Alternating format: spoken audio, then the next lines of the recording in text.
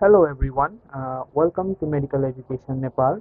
Today we will discuss another most important disease that is rabies. So today we will discuss the introductory occurrence, epidemiological triad, the source or the carriers, mode of transmission and so many other things. Now moving to the introduction part. Okay, so one of the most important thing that a lot of people are not aware about the rabies is that it is 100% fatal if it is not treated. So if you got rabies and if you do not treat in time, then it's 100% sure that you're gonna die. It is the only communicable disease that is 100% fatal without treatment. So rabies is a fatal and viral disease. It is caused by the rabies virus, Lysa virus type 1. It is also zoonotic disease that is transmitted from animals to humans. Dogs are 95% the carriers or the source of the human death due to rabies. Now the rabies outbreak, we can see over here the red color countries are at high risk, whereas the yellow color countries are at medium risk. The light yellow is at low risk, and the other countries are at no risk. Okay, so this is a data given by the WHO in 2013. Now the occurrence. The rabies occurs throughout the world except in developed countries. And in case of Bangladesh, it is an endemic. The word endemic here means the usual occurrence. It occurs usually in Bangladesh, and it is ranked third in world list for rabies infection. Source is the CDC, DGHS of the Ministry of Health and Family Welfare of the Bangladesh, and death is every year more than 2,000 people die due to rabies. 88% death is from the rural areas, 47% death is below the age of 17 years, and the estimated dog population is 1.7 million. 83% out of them is stray dogs. Bangladesh has taken challenge to eliminate rabies by 2030. So here is a district-wise rabies case density in Bangladesh for the consecutive 3 years, 2019 to 2021. Okay, so now moving towards the epidemiological triad, the environment, agent, and host. The host are the humans. Here also we can see the accidental host. The word accidental host, if you have not familiar to this word, you can see my another video in the plague where I have described the accidental host in complete detail.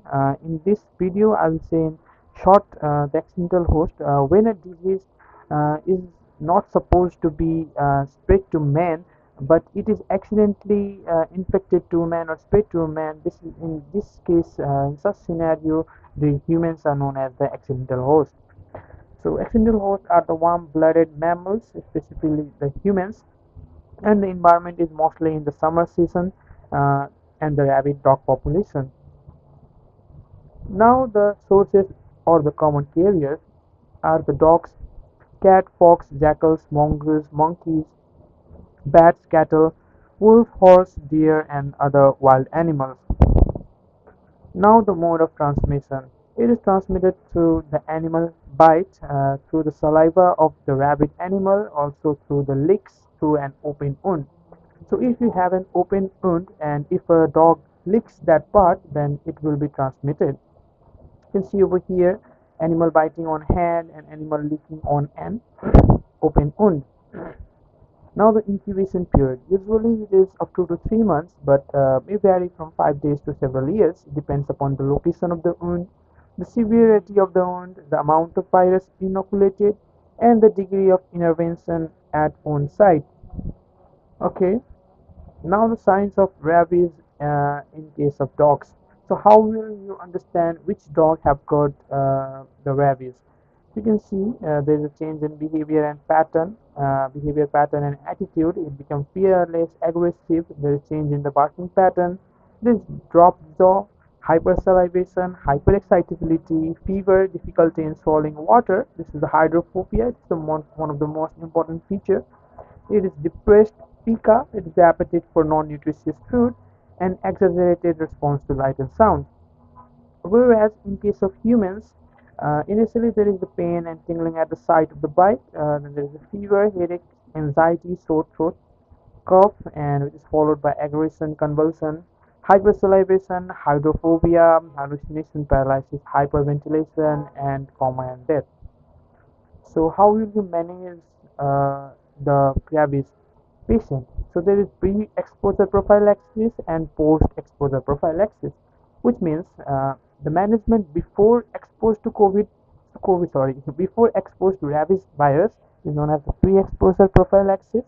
And in this case, we will give the ARV, that is the anti-rabies vaccine, and prevention from the rabid animal. So the anti-rabies vaccine is given intramuscularly. Dose is 1 ml in the deltoid region or anterolateral part of the thigh for children below 2 years, and the duration is 0 day 0, 3, 21 to 28 days, any one.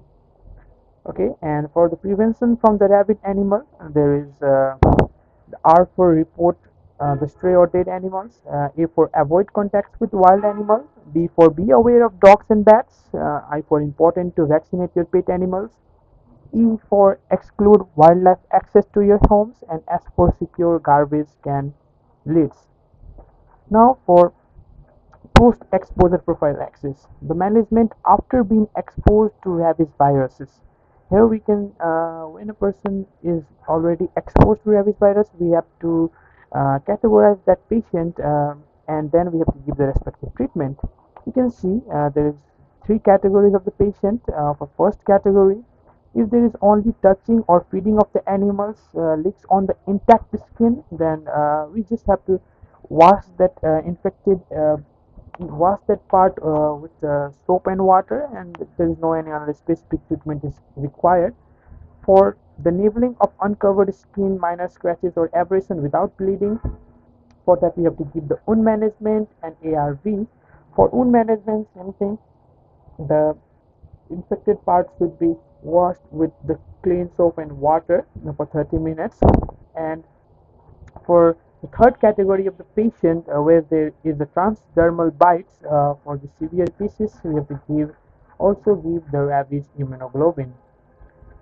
Now, it is described in complete detail over here. For non-immunized individual or the post-exposure patients, vaccine is given as the CV, women deployed cell vaccine, and route is intramuscularly, site is deltoid region, dose is 1 ml, and the fifth dose is given on the 28th day. It is recommended for the immunocompromised patient, and also the RIG, rabies immunoglobulin, is required with the first dose.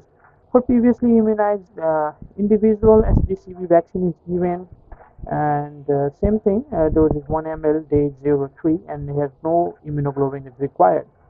So some fact about the rabies is every 15 minutes someone somewhere dies due to rabies. The World Rabies Day is on 28th September. So that's all about today's lecture. I hope you guys liked the video. Thank you.